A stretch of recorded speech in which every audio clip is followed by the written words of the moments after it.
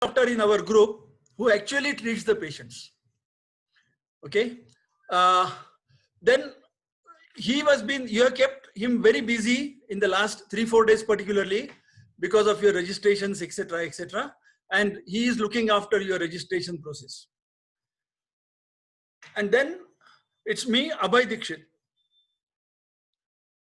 You of course know Dr. Sucheta Paranspe, a Sanskrit scholar par excellence and an orator with unusual, unique storytelling skills. I think many of you have heard her before. She has taught in US and Germany and some other places, some other countries. She is the star around which we all other planets revolve.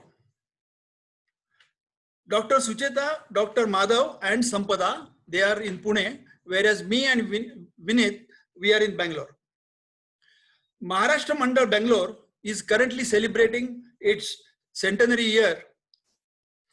They have helped us to reach large number of members in Bangalore. We thank you for them for that. Devashri Ambaikar has prepared the poster and she'll be preparing posters in future for future programs also. She is also here with us. Thank you, Devashri, for preparing the poster. Rishi Trivedi started the Vedic group and he has facilitated our contacting them, all his members, and coordinate with them. Thank you, Rishi. Rishi is also with us here today. Today we have participation not just from India, various cities in India like Pune, Mumbai, Ajmer, Hyderabad, Ahmedabad, etc. But we also have participants from USA, Hanoi. I was a little surprised to see that. How the information reached him, and then also Munich, etc. The next program that we are going to announce is Rigveda Sukta Panchakam, when Dr. Sucheta Paranspe will be talking on 5 different suktas from Rigveda. You must have seen the slide. We will show it again. You will receive the full details of that in the next 1 or 2 days. These are from 4th, 5th July, then 8th of July, and then 11th and 12th of July. We have tried to cover 2 Saturday Sundays so that now that people have started working, they still will have time to listen to all these talks. We have chosen webinar platform Zoom, and there were some queries about it, but then we thought that for at least for the first time, let us choose a platform with which people are comfortable and they will be able to get through easily. And then any changes that we plan to make will be in further programs, not right now. I request all of you to keep your video as well as microphones off throughout the program. Whatever questions you have, please put them on the chat. I will monitor them and collect them and then ask her questions at the end around 8 o'clock, 8:05. I think we should be able to finish the question and answer by around 8:15 latest. Also, please do not request you to not to ask questions when she is talking in between. Once again, thank you for the interest you have shown in the ancient literature and Indian culture. And we look forward to your support in future also. Just one last request. I would request all of you to spread the word about Rigveda Sukta Panchakam, because that can reach more people in India as well as abroad. Thank you very much. And now I hand over to Dr. Sucheta.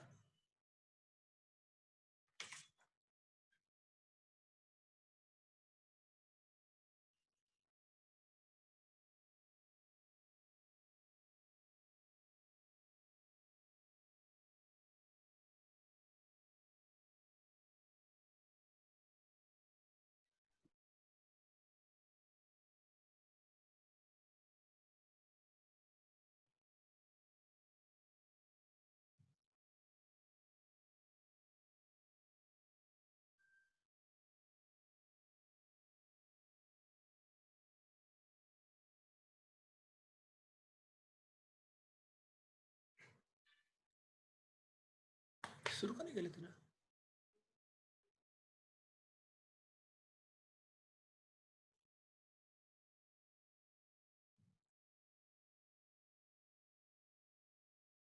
She can start. She is still unmute. She's still on mute. She has started now. I think she can start. Can you hear me now?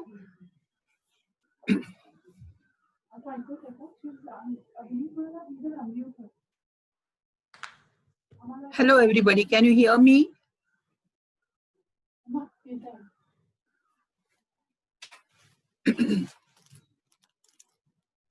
Yes, we can hear you. Okay. So let us start. Namaskar. I'm so glad to talk to you all on the first day of Ashadha, Ashadhasya Prathama Divase, of the most beautiful poem from Sanskrit literature, which is Kalidasa's Meghaduta. Let us start with the story. Mr. Dikshit has already said that I'm a storyteller, so why not start with a story? Long back, all the wise people in the society decided to count the great poets. So the first name they took was, of course, Kalidasa. And since they had no one who could be matching to Kalidasa, this was called Kanishthika, and this is Anamika. And they say, Kanishthika Dishtita Kalidasa. Kalidasa's name came on the first finger, and Anamika Sarthavati Babhuva. The name became meaningful for the simplest reason that there is no poet who could be compared to Kalidasa.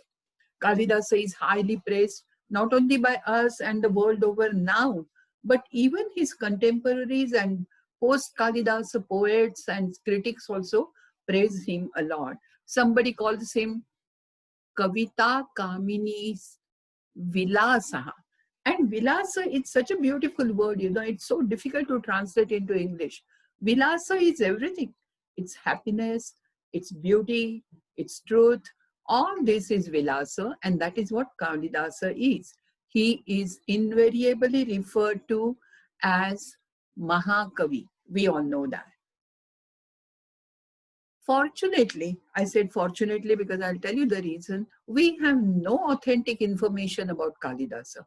Why do I say fortunately? I don't have to go into the details of what was his real name, where did he come from, what century and all those things. But because there is no authentic information, lot of myths and legends popped up, and anybody would talk about Kalidasa as if they knew him. Somebody would say that he was a foolish person sitting on the branch of a tree and cutting that branch itself. But we know this story is told about many people.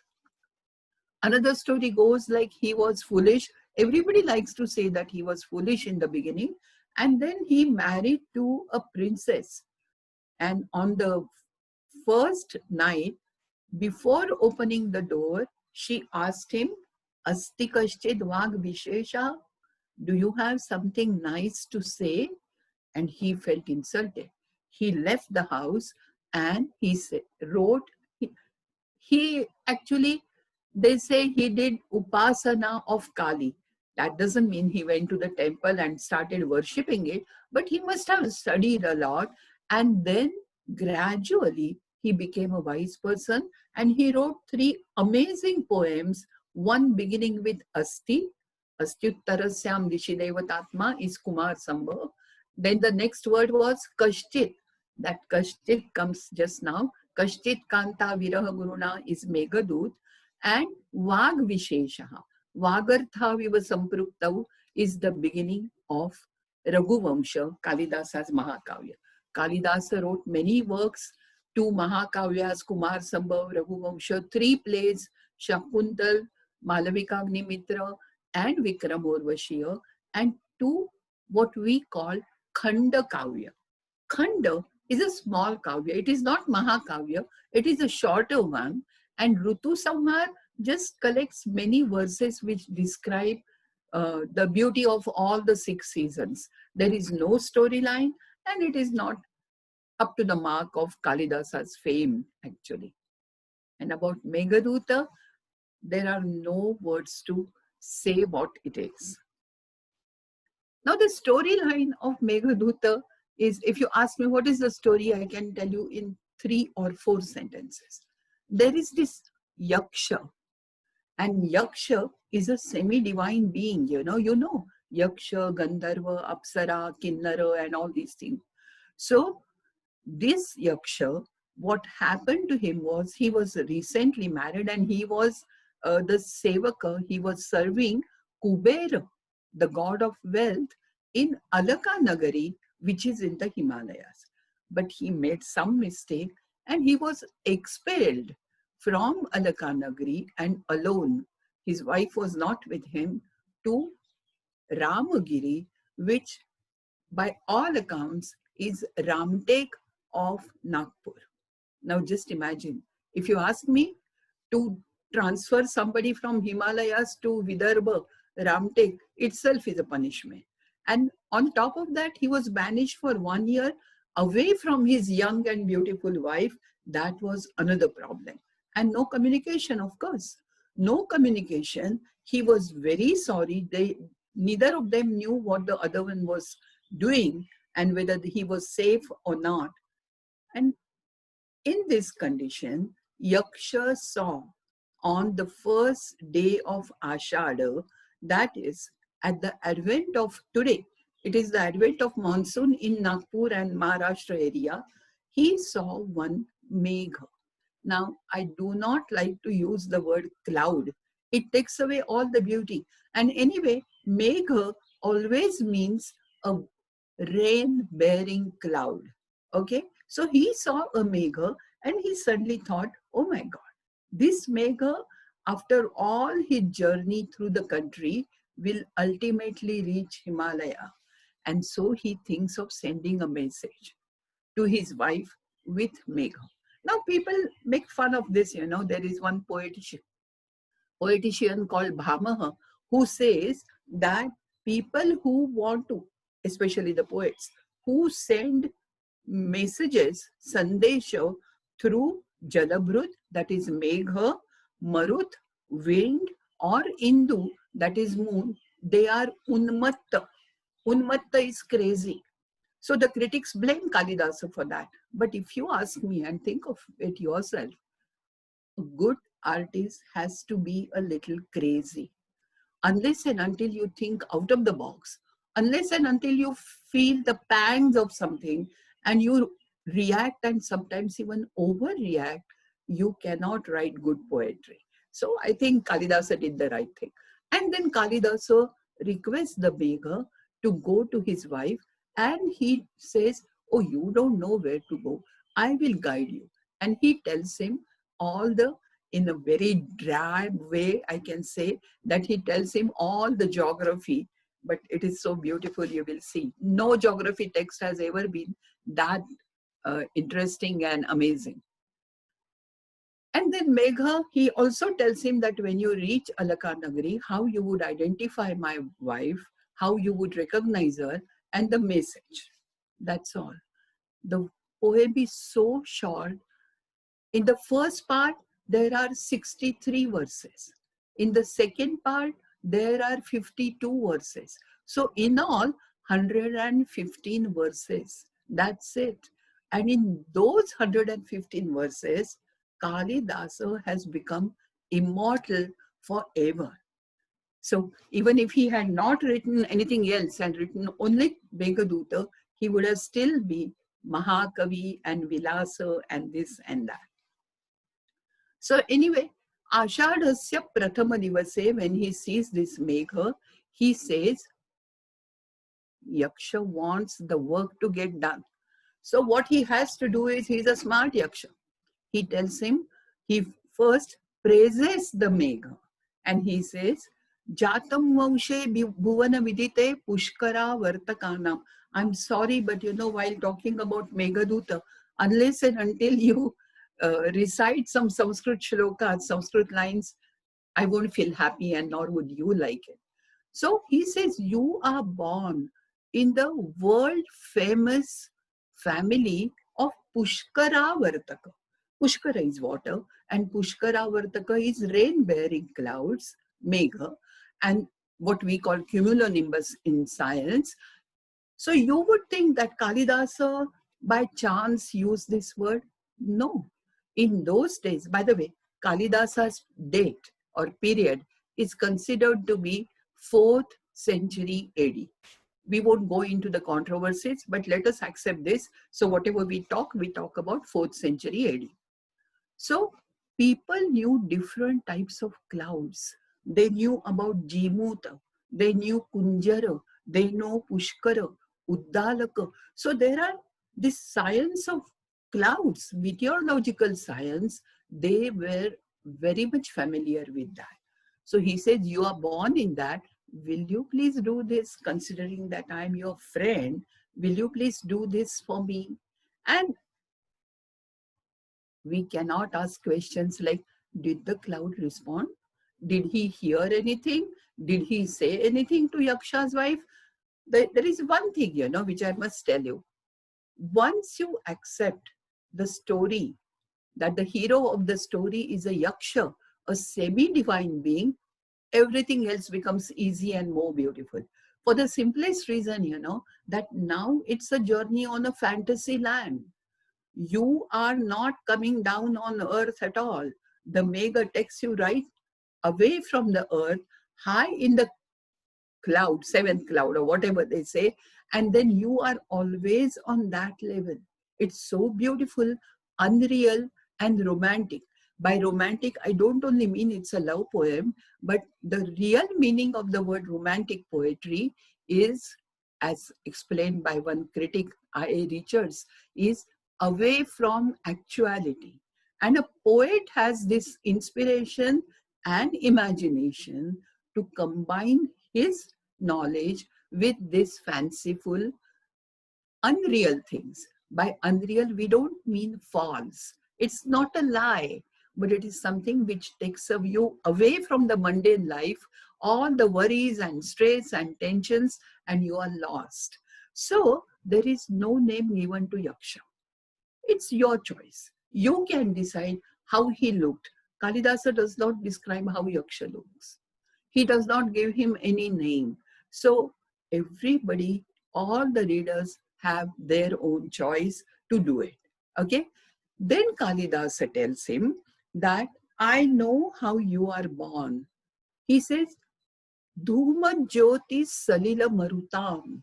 You are an amalgamation, a mixture of Dhuma, doesn't mean smoke, it means vapor.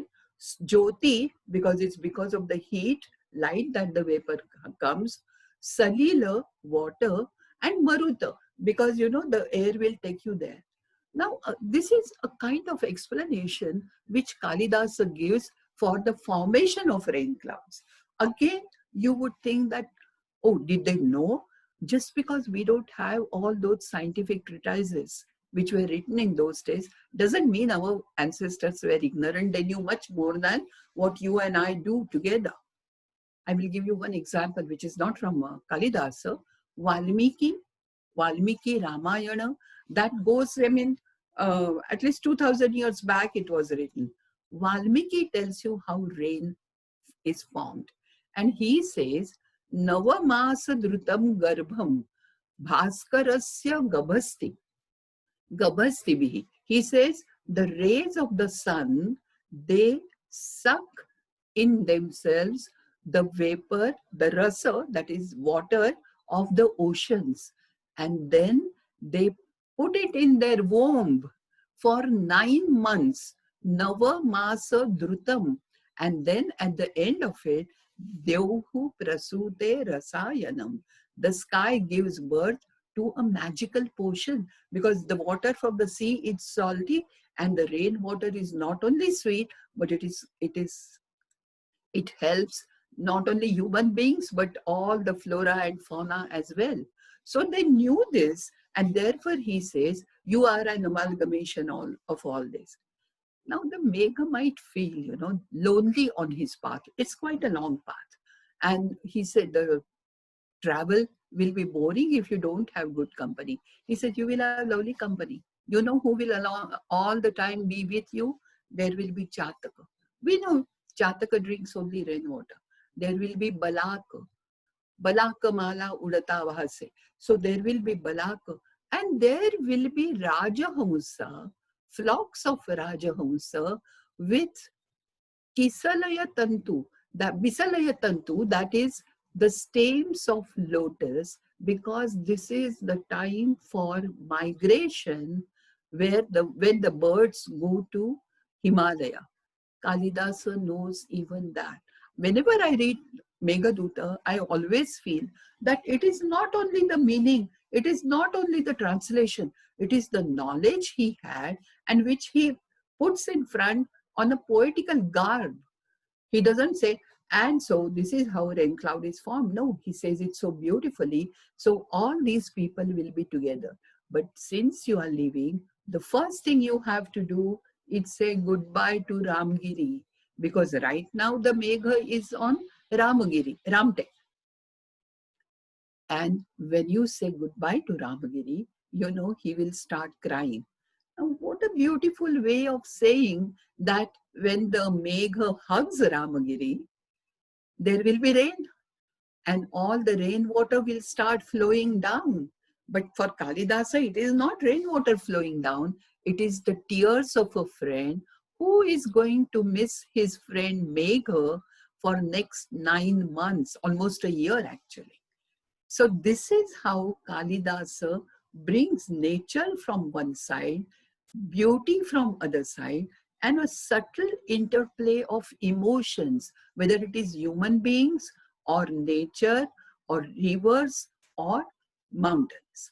So then he moves ahead in the sense Kalidasa is giving him directions. So after that, what you should do is now try to imagine the geography where Nagpur is, and he says after that you will go to Mala Pradesh, which is Malwa. We all know Mala Pradesh.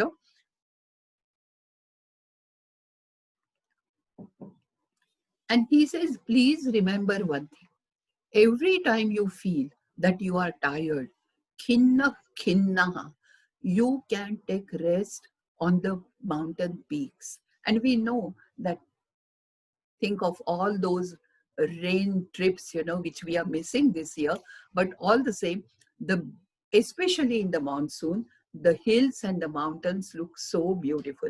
So he says, you can sit there, take some rest, and kshina, every time you shower your water, you shower rainwater, you will be kshina, you will be thin. So what you should do is, there are rivers in the path, you can drink their juice, that is, you can drink their water, and that is how you will move ahead. So you will move ahead because you will again have rain in yourself.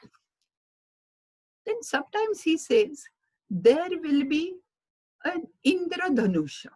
I don't like the word rainbow. Of course it's a rainbow, but just imagine, all Indradhanusha is a word which comes in Kalidasa. It was there much before that. When you see this bow we call it bow in English and we call it Dhanusha in Sanskrit. So there is some kind of similarity of thinking between all our ancestors, whether they were Indians, Latin or Europeans or whatever.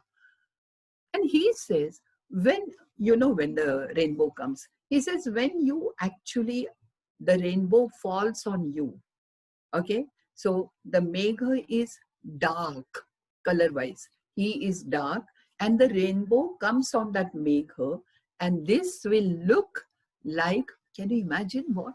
Can you think of this simile? He says it will look like a beautiful peacock feather which Gopaveshasya Vishnuho, which Vishnu always wore as a cowherd, that is Krishna. Now, I just cannot imagine. I mean, we have seen rainbow so many times. It was only after reading Meghaduta that I started looking at the rainbow and thought that, oh yes, it is like Krishna wearing a peacock feather. But more important, and this is what I want to stress, this is what I want to focus. There is one word there, Valmikagarat Prabhavati Khalu. This rainbow comes from Valmika Agra, from the beginning of the Valmika. We know the word Valmika because of Valmiki and all that. Valmika is an anthill. Even the Tikakara, that is the commentators, they give you the same meaning. By the way, many commentaries are written on Meghaduta, but the best one is by Mallinatha. And therefore, even today, now just see how our literature and commentaries follow us even in 2020. Even today, we say his Mallinathi was great. Mallinathi is comments. So this Mallinatha tells you the same meaning. But how can a rainbow come out of an anthill? Doesn't I mean Kalidasa wouldn't make such a mistake. There are two other commentators, Vallabha and Sarodharini, and they both tell you Valmika sa atapaha megha. Valmika means a megha when there is atapa, and atapa is sunshine. So just imagine what kind of knowledge these people had and what beautiful way. Now again, you would feel that, no, this is kind of not true, I mean, this is giving too much credit to Kalidasa. Varaha Mihira, who comes very soon after Kalidasa, he tells you how Indradhanusha is formed. That text is available even today. And he says, Suryasya, I'm going to quote Sanskrit, I'll explain the meaning in English. Suryasya vividhaha varanaha pavanena vighattitaha sabre.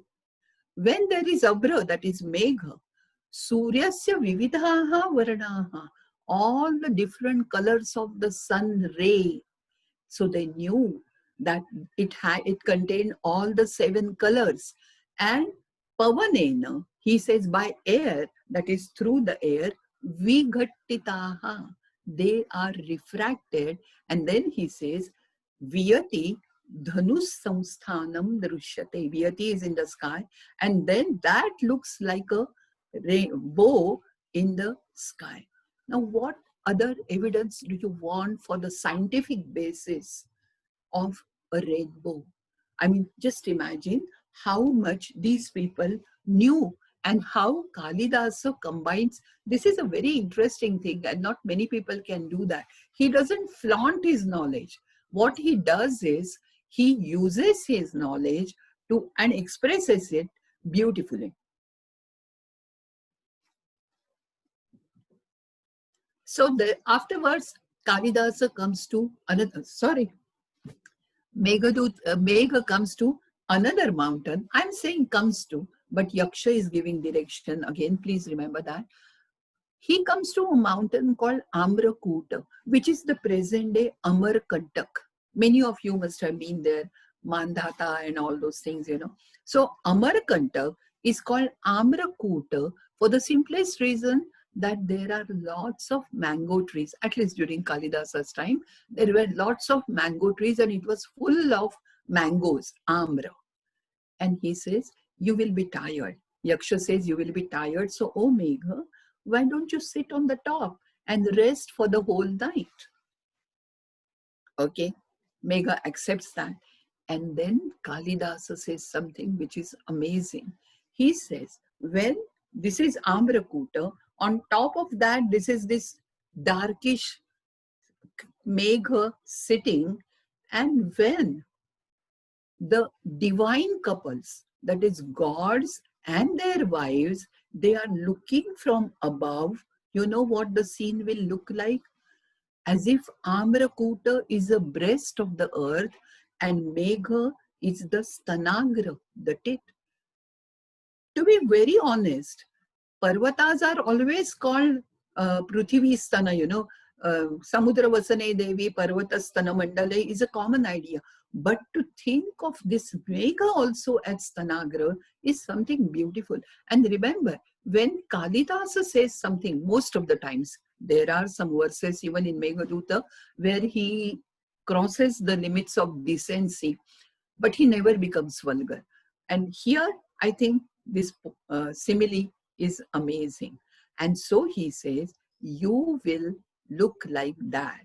And then Amrakuta is very happy, naturally, Kalidasa apparently, why am I saying that? Megha has apparently doused all the forest fires on this mountain. And so Amrakuta is grateful to Megha that he has come back again. And you know, Amarkantak, which means which river flows by? Of course, Narmada, which is called Reva also. And Kalidasa says, you will see Reva. Now, remember, Reva is a nadi which comes down from the mountain on the ground at Amarkantak. And so, you know, it flows in hundreds of streamlets. Again, Kalidasa says, when the rocks are black and on that hundreds of streamlets are flowing down, it will look like the decorations made on the back of black elephants with rice flour paste, alpana. Now just imagine again, it is not only the beauty of the simile, but it is the amazing vision which Kalidasa has. Why and how can he describe the aerial view, the aerial perception? His imagination, was it only his imagination? See, now we fly very often and we know how mountains look, how rivers look, and how big cities also look small and all those. But how did he do that? It is amazing to see, you know, everything that he tells us. Then he says, after that you go to Dasharnam. We are not going into details of each and every country, but some rivers mainly, you know, because the rivers are beautiful and Kalidasa describes them more beautifully. Then there is this river, Charmanavati, in the country of Dasharnam, that is Mandsaur of today.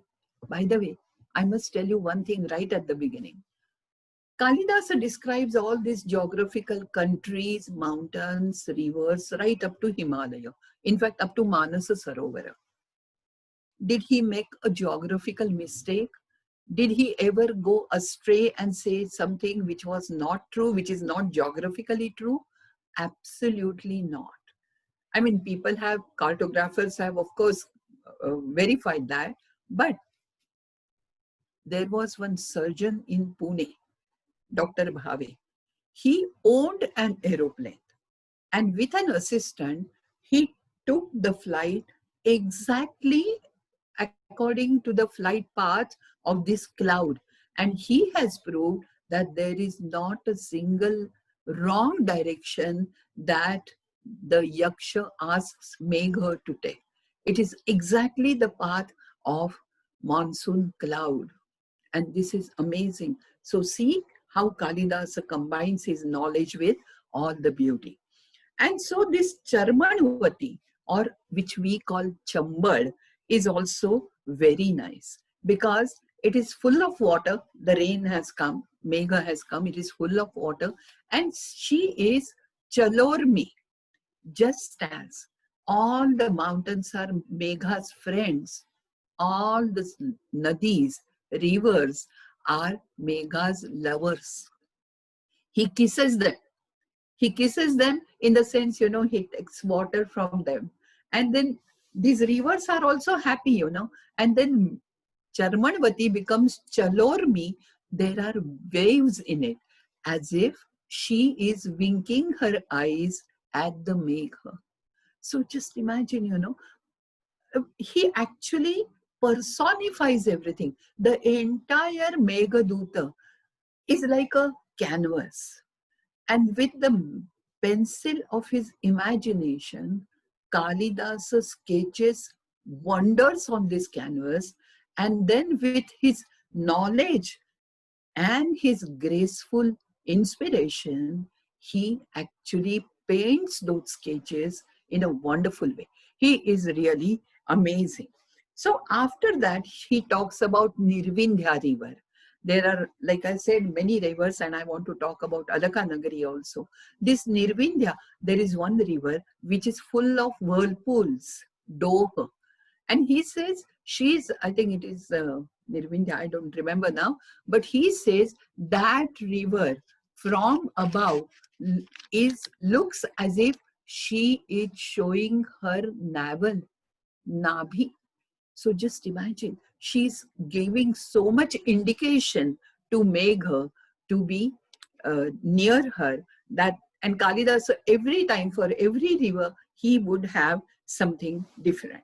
Then he says there is another river called Kala Sindhu. Now it is called Kala Sindhu. In those days it was only Sindhu. And he says Veni Bhuta Pratanu Sabila. Its water is, I said it's, but you know, in Sanskrit, all the words which refer to Nadi, whether it is Sarita or Nadi or Pravahini, Tarangini, they are all feminine. And so her Pravaha, her flow is just like a Veni, that is the plaits of a woman, and Veni also means Pravaha of a river. Remember the word Triveni Sangam? Have you ever thought about what that means? Triveni is the three rivers coming together at that confluence, and this is what Kalidasa meant. Then Kalidasa does something different, which probably shows where he belongs to. Yaksha tells Megha that Vakraf Pantha Yadapi Bhavita, even if you have to go a little astray, you must go to Ujjaini. And out of these 63 verses, 11 verses describe the beauty of the city of Ujjaini, which shows that Kalidasa has some soft corner for Ujjaini. Probably he was born there, probably that was both his Karma Bhumi and Janma Bhumi. We cannot be sure, but it looks like that. And then he says, when you go to Ujjaini, Lola Pangair Yadina Ramase, if you are not attracted and seduced by the dancing eyes of those beautiful young girls there, then you know your eyes have lost a lifetime opportunity. Your life is useless if you have not enjoyed these girls. You must look at those girls. Then he says, go to Shipra. The name of the river is Shipra, not Kshipra as we say it in Marathi. This is called, by the way, this is called hybrid Sanskrit. The word is so simple, Shipra, but we think that if we make it more difficult to pronounce, Kshipra, it will be real Sanskrit, authentic Sanskrit. I'll give you another example.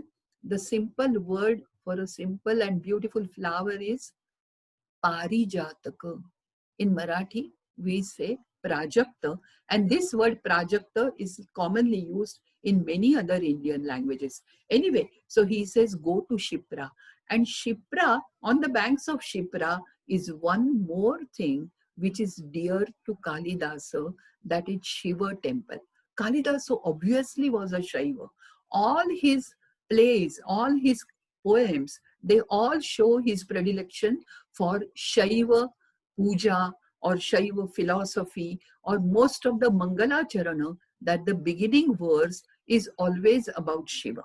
By the way, Meghaduta has no Mangala Charana at all. Probably Kalidasa wrote this when he was very young and in the prime of his youth. And when you are young, you don't think of God so much, you know, as you think when you have gray hair and you have gone through a lot of life problems, in fact, and then you think of God. And then later on, he has Mangala Charana for almost all the poems. So anyway, he says, go to that temple. There are Devadasis who will be dancing to serve Lord Shiva. Now just see this. This custom has been there from Kalidasa's time. Kalidasa mentions it, which means it must have been there even before Kalidasa, right? And so he says, they will be dancing and you play your drum of thunder. Then he talks a lot about Ujjaini. He says, Divaha Kantimat Khandamekam. You know, Ujjaini is not an ordinary city. Actually, a piece of heaven fell down, and that is what we call Ujjaini now. Avanti, Vishala, there are so many names he takes for Ujjaini. But there is one thing which I like a lot. There are Abhisarikas in Ujjaini. Ujjaini's nightlife is very strong. And he says, these Abhisarika, you know what is Abhisarika? Abhisarika is a Naika, a young girl who at the dead of the night goes out alone, chori chori, chupke chupke. She doesn't tell anybody, of course, and goes to meet her lover. So just imagine her courage. And Kalidasa says, these Abhisarikas walk on the streets at night. They can't see the path.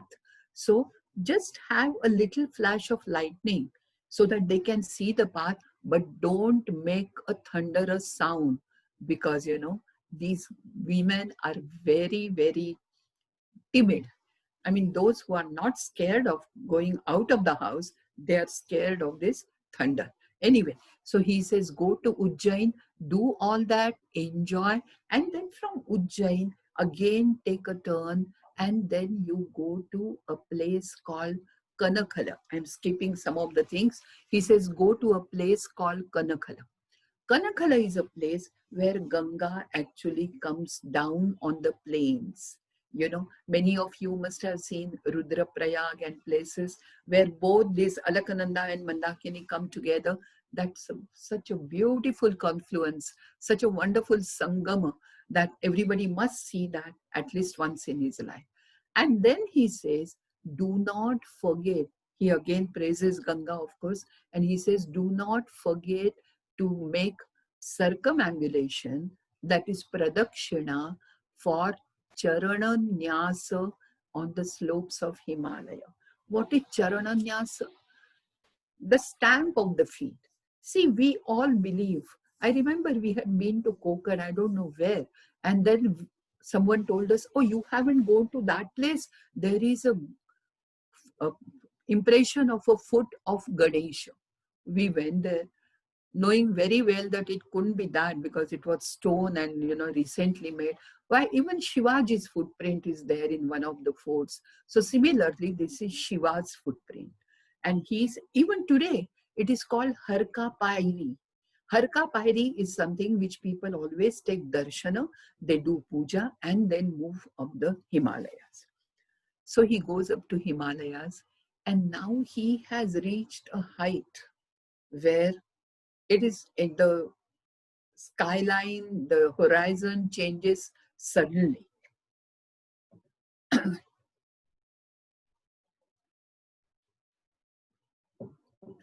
And Kalidasa tells you that Megha will now flying on the Tushara. Tushara is, we use the word Tushar as droplets. It is not that. Tushara is snow or ice, not ice exactly, but snow. Tushara Hara Dhavala. This Tushara Hara Dhavala is exactly a Sanskrit word for Snow White. So Saraswati, it's Snow White. That's what the verse tells us. Anyway, he says you will go there, and very soon you will meet Sura Yuvatayaha, the young, beautiful wives and young girls who belong to gods.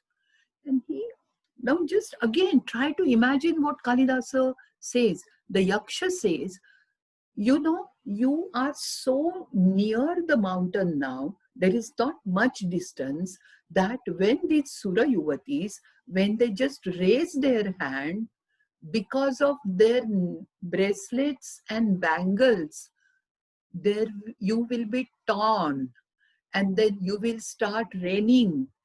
And the word Kalidasa uses is Neshantitvam Yantra Dhara Gruhatvam.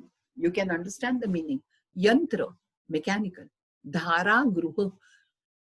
What does it mean? Yantra Dhara literally would mean shower bath. And Gruhatvam, probably there was a common bath even in those days. I say even in those days because we know Indus Valley civilization had them. But did they have shower baths even then? They must have had. Whatever the technique they used, I don't know. But they had Yantradhara, and that is what Kalidasa mentions. So after that, he says, you will see Shiva and Parvati sitting in the garden which is next to Alakanagari, and that is where you have to go. To go there, you have to cross a particular hole, not hole actually, but a place through which the migratory birds go. And he says it is called Hamsadwaram, Krauncha. These are the words which are used for the place, the pass through which the birds go. And this is where he says, go through that and you will land in Alaka. This is where Purva Megha ends. Now, this is one more thing. There are so many kavyas written by great poets and beautiful poems and that, but they have something like Prakarana or Adhyaya or Sarga or Kanda. But Kalidasa's poet is divided into two parts. The first one is called Purva Megha. The second one is called Uttara Megha. No wonder that Mallinatha describes this poem as Saraswata Alankara. You can understand the meaning. I won't tell you much about it. So now it is Uttara Megha, and Megha has reached Alaka Nagari. Alaka Nagari is a Nagari of Yaksha, and Kubera is the king of that Nagari. So what we call Samruddhi, opulence, that is the main characteristic of this Nagari.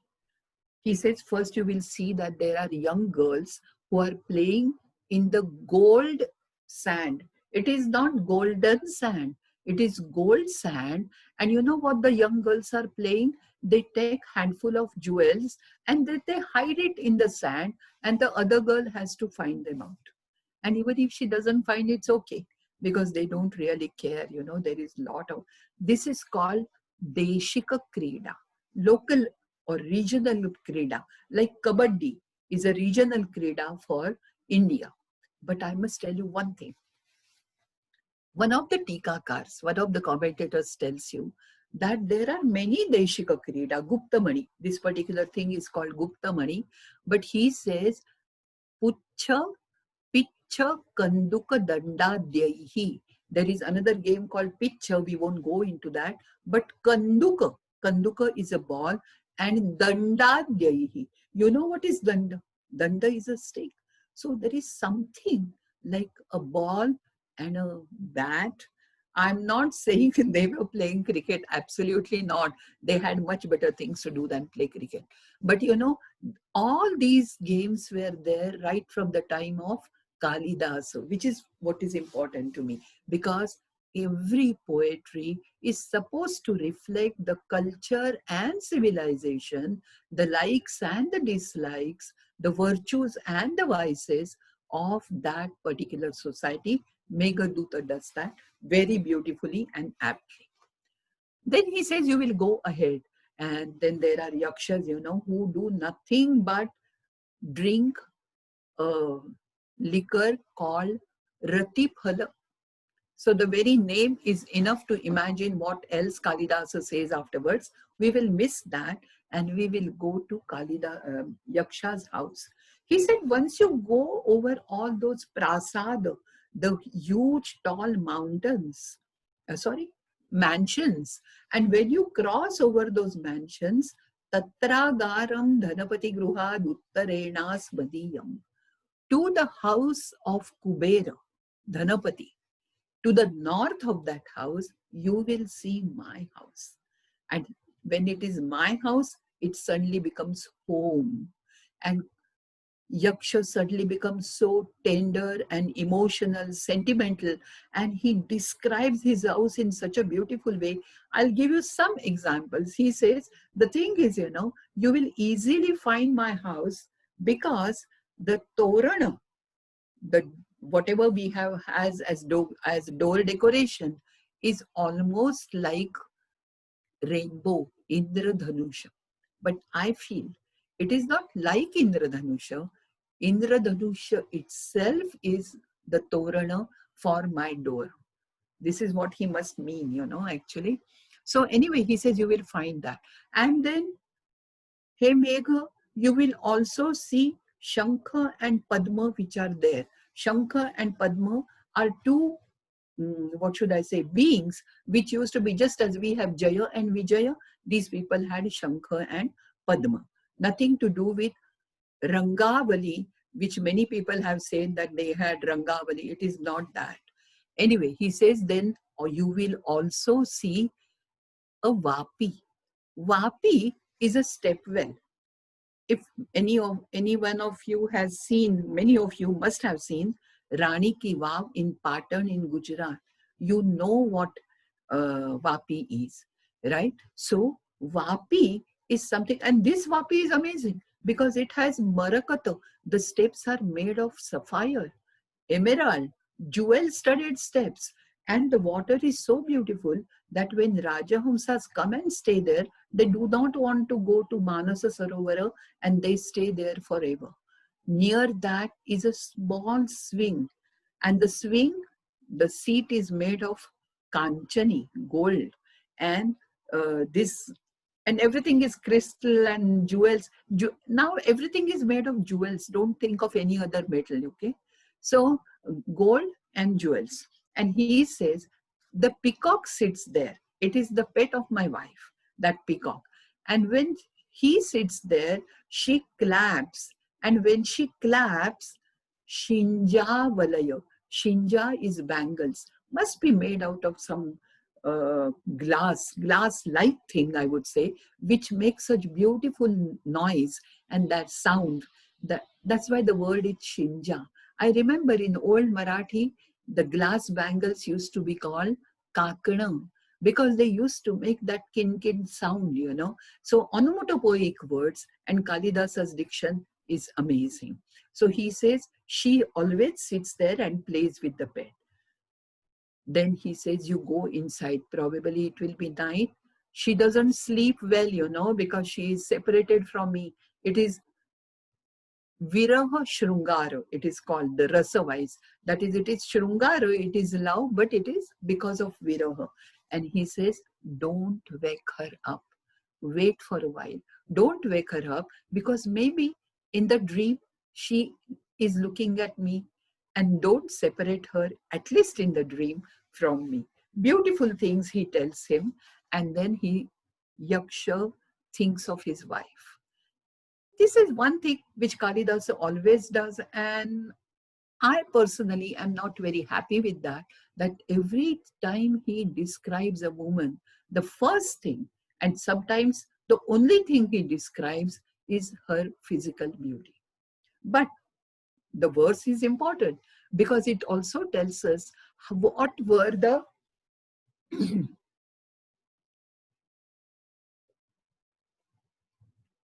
what were the idea of beauty in those times. And Kalidasa's verse has become a standard of beauty all over. He says, Tanvi Shama Shikhari Dashana Pakva Bimba Daroshti. You must have heard this. Tanvi, proportionate. Shama, what does Shama mean?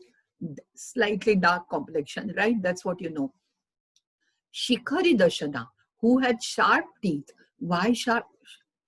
According to us, that may not be a sign of beauty, but the Jyotisha tells you that if the wife had sharp teeth, her lover lives for long. Anyway, Pakva Bimba Daroshti with red lips and all. But the thing is, I want to say something more about Shama. Nowhere, no commentator gives you the meaning of the word Shama as dark complexion. If there is any Shama in this audience, remember what you are. You are not a dark complexioned person.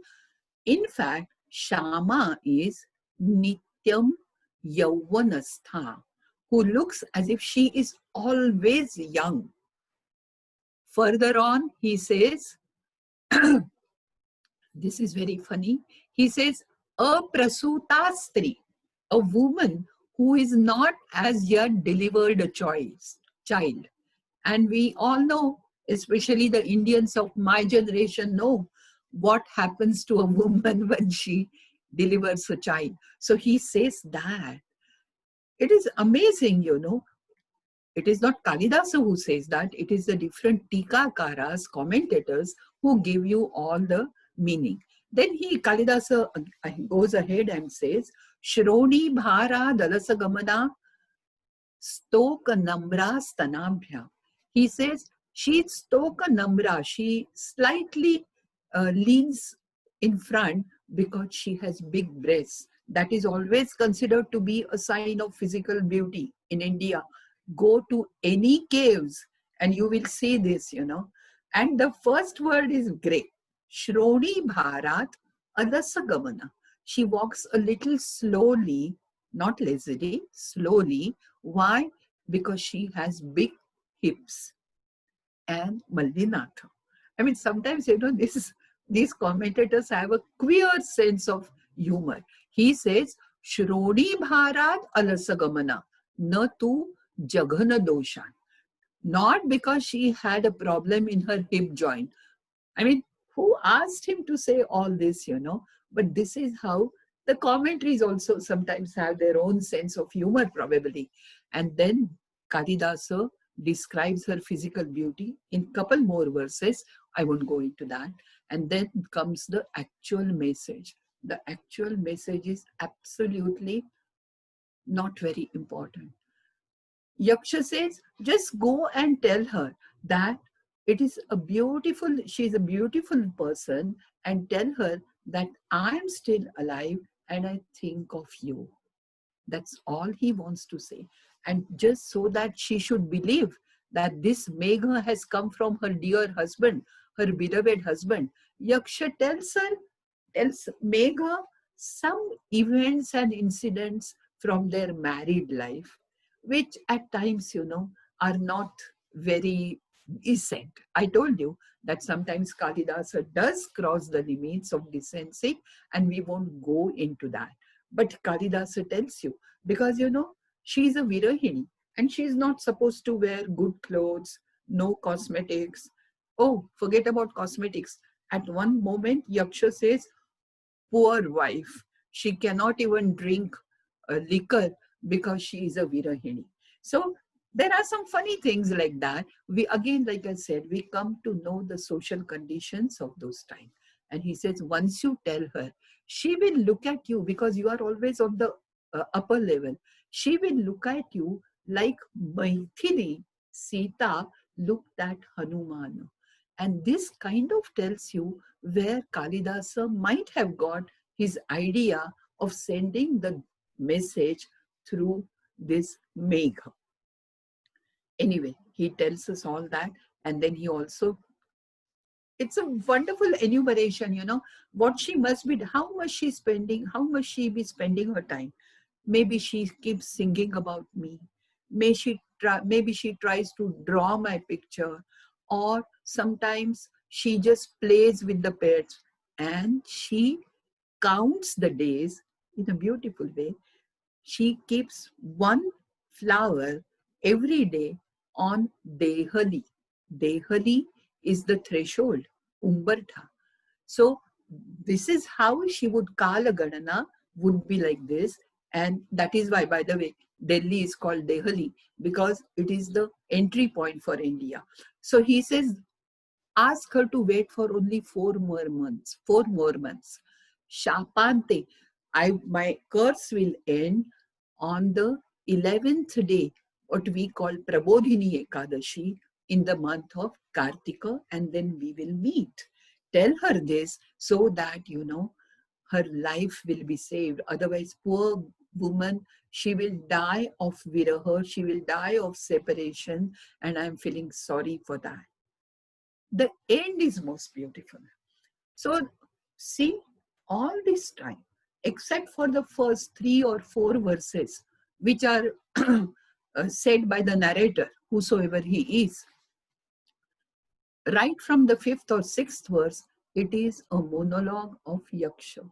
It is only Yaksha who talks. He talks to Megha all the time, and never you get bored or like, when will this end? It never happens, So in the end, this Yaksha tells Megha, okay, after doing my job for me, after doing this work for me, because I am your friend and because you have sympathy for me, I will give you a blessing. And what is that blessing? Can you imagine? The blessing is, hey Megha, you will never be separated from your beloved, who is Vidyut, the thunder. So Megha and Vidyut will always remain together, like the Disney movies say, you know, and they happily lived ever after. So you will always live together. This is Meghadoot. Now, don't you think it is amazing? I had to cut short so many things because the time is short. But anyway, I hope I have been able to give you at least some introduction to Meghaduta.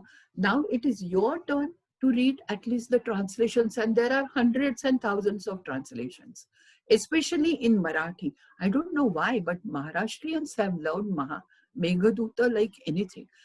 The first translation came from Krishna Shastri Chipaludkar. So just imagine when. And the first line is so beautiful. If some of you, of course, understand Marathi, so I would give you the first line. Konya eka yakshe kele alaksha apulya kami. What a beautiful way. And then there are hundreds of Marathi translations. Shanta Shelke, she has translated it. Vasantrao Patwardhan, the CEO of Maharashtra Bank, he did that. Our finance minister, C.D. Deshmukh, he has translated Meghaduta in many ways. Meghaduta, in fact, started a trend of Duta Kavya in Sanskrit also. There is one Jaina poet. He wrote the Charitra, the life story of Parasanath. It is entirely a religious in character and tone, but he has created this poem in such a way that every verse has one line from Meghaduta. Can you believe that? How Meghaduta was popular even in those days. So read any translation. There is M.R. Kade for English. You can just check, you know, even on net you will get a lot of translations. But the best translation, which I like, the best translation, and I would recommend that to you, it's a Marathi translation by Vasanta Bapat. He has written a wonderful poem, and it is not a literal translation. It is called Megha Rudhaya. And I'm going to end my talk today about Meghaduta. I started with Ashadasya Prathama Divase, and now I'm going to tell you how Vasanta Bapat has glorified Kalidasa. For those of you who don't understand Marathi, first I will tell you the meaning, because after Vasant Bapat, I'm not able to say a word. So the meaning goes something like that, that Kalidasa's art, it's so amazing that maybe there were many other poets before him and many more may happen in the future, but he is one of his kind. And the verse goes like that. And before that, I would say goodbye to you also. So the verse goes like that. Thembe, thembe, madhura madira, sevi jaisa vilasi. Thembe, thembe, madhura madira, sevi jaisa vilasi. Aswadavi tashich rasike, chit kala kalidasi. Look at the words, chit kala kalidasi. Zhale asati kitika an, कितीतरी पुढेही असोत, झाली काव्ये कितीक असती, अन पुढेही असोत, या ऐसे हे सरुदय मना मोहवी Meghdoot. Thank you very much.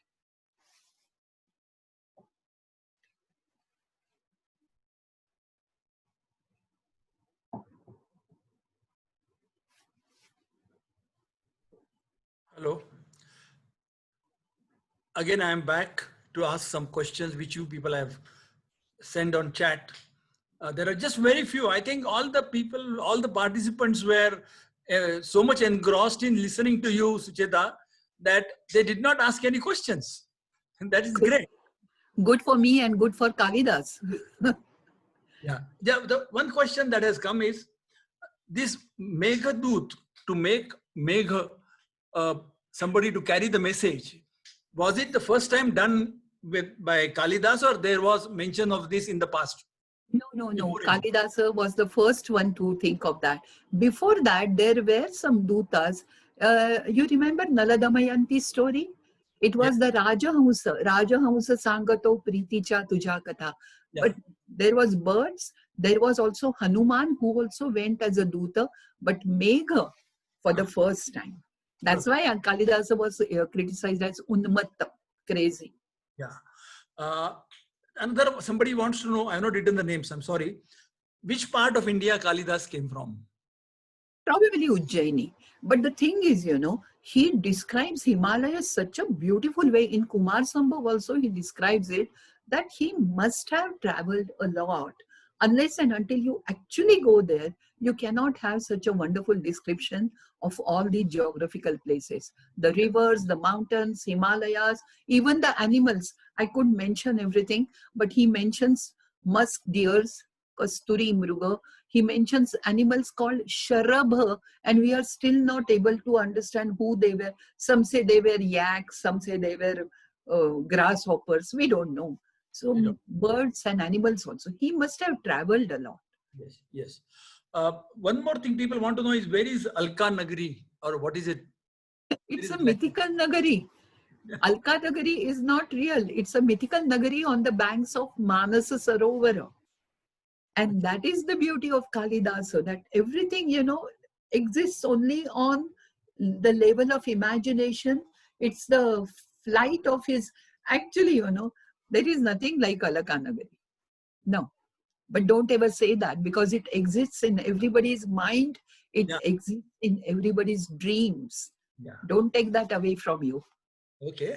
Uh, People wanted to know, also somebody wanted to know, which is the best English translation you think they can read?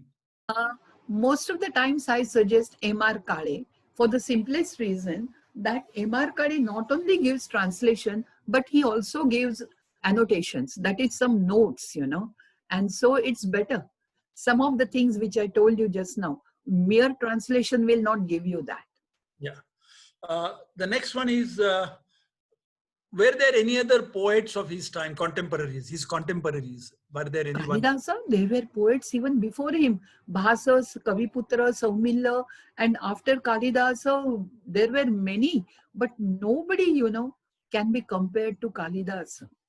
Hmm. Nobody. We talked only about Meghaduta, only about 115 verses. He has written Mahakavyas.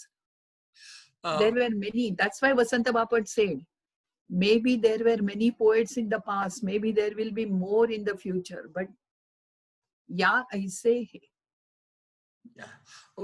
Another question that there is, somebody had asked, was, yeah, there are many yes. comments which saying that it was a very lovely lecture. People really liked it. And when is the next lecture coming up? That's a different thing. On some other topic, Again, maybe. Tara Gopinath had asked one question. Unfortunately, Sure. it just moved out. Tara, can you unmute yourself and ask the question?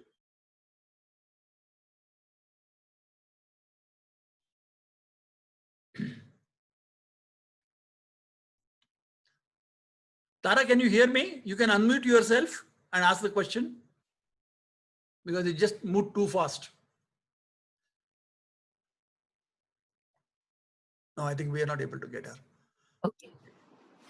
She is Do not there. you have the question, Abhay? I'm. Tara Gopinath, can you ask her the question? She unmuted just now. Okay. No, I don't have that thing. I think these were the questions which came up. Acha, 1 minute. Can you please explain Mandakranta Rachana of Oh, yes. Yeah. Mandakranta is a meter. Meter in the sense, like Anushtup Chandaha. Similarly, Mandakranta is a meter, and Mandakranta is used specially to describe rain and travel. Fortunately, Meghaduta has both, and therefore that is the perfect meter. The thing is, Kalidasa's Shabda Sampatti, diction is not a good word, is so amazing. He writes in that Mandakranta like, Mandam Mandam Nudati Pavanas Chanukulo Yatatvam. So, you can actually feel the meter itself is onomatopoeic. And so it is a beautiful, but that's only a outer garb. The real content and the real style is different. Another question by Rishi he has asked is, how come Ujjain became so important at that time? Is there any Because, reason? all these kings were there. And Ujjain, there were many other countries also. I say country because this idea of state, country, Rajdhani, capital were not there at all. But the thing is, Kalidasa probably stayed in Ujjaini at the court of Vikramaditya. Okay. I am saying probably. Yeah. Tara, you wanted to ask the question. Yes, I asked you. Can you just ask the question, please? Cannot hear, sorry. We are not able to hear her. Okay, Dr. Paranjpe, there were two more questions. One was, is Meghdut Kalidasa's first poem? And the other one was, did he have any signature in all of his poems? The only signature I would say is beautiful style and wonderful content. But the thing is, there are a couple of works. For example, Rutu Samhar, which is not good at all. Or even otherwise, Malavikagni Mitram. Malavikagni Mitram must have been his first creation because it is full of many lacunae, it is full of many mistakes, dramatical mistakes, and not everything is beautiful. But Meghaduta was not his first. I don't think so. His first was Malavikagni Mitram. Later on, he improved on himself and then wrote other poems. Manasi wanted to know, can we arrange one more lecture on it? So we will consider that later and come back to it. On Meghaduta? No. Let's have something like Shakuntala next time. Yes, we can have something like that, definitely.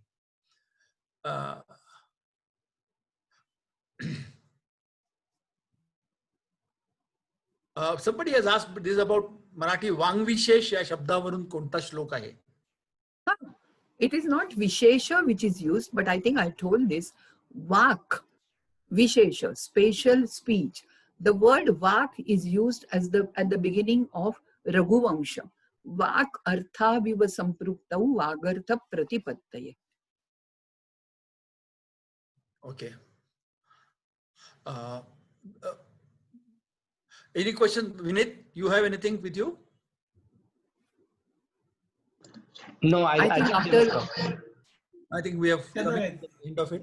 Also, we have more or less. I think Mr. Pradeep Apte has a question. Do you want to speak, Mr. Apte? Yes. Yeah. Hello. Yes. We can hear you. धूमज्योती Salil मरुतम सन्निपातक Megha याच्या शेवटी म्हणजे ते सर्व वर्णन after the whole description is over it's कामार्था ही प्रकृती कृपणा चेतना चेतनाशु. There is this kind of an idea of speaking through is itself may look ridiculous because he is so tormented by the separation from his wife. Yeah. Justify the imagination. And this has been going on in Sanskrit literature all along. Even when Sita was abducted by Ravana, Rama went to the forest and started talking to trees and creepers. Pahili kaya velino. That is pardonable, I would say. But thank you for pointing that out. In fact, there is a suggestion that this whole thing that follows is a kind of an imagination which is both poetically as well as descriptively justified. So descriptively? It is poetically as well as descriptively justifiable because the person is in such a state that he forgets that this is a thing which is made of so many things. But of course. Yeah, that is right. That is right. But except for Bhamaha, who called him Unmatta, no one else has commented anything bad against Kalidasa for it's only Bhamaha. There is another question, Sucheta. Was Kalidas a poet in any king's darbar? Vikramaditya. Vikramaditya, okay. In fact, all his plays, they would have the word Vikrama somehow or other. And all the three plays are court plays. They talk about the king, his queens, and entirely royal atmosphere. Okay. I think we are coming to the end of the session. Thank you, Dr. Sucheta Paranjpe, for talking to us. And it was a pleasure. We'll have some more future again. Okay, some other subjects. Thank you all of you for joining today. You will hear from us about Rigveda, 5 sessions of Rigveda of different suktas. You will get all the details by day after tomorrow also. Thank you very much. Thank you. Good night.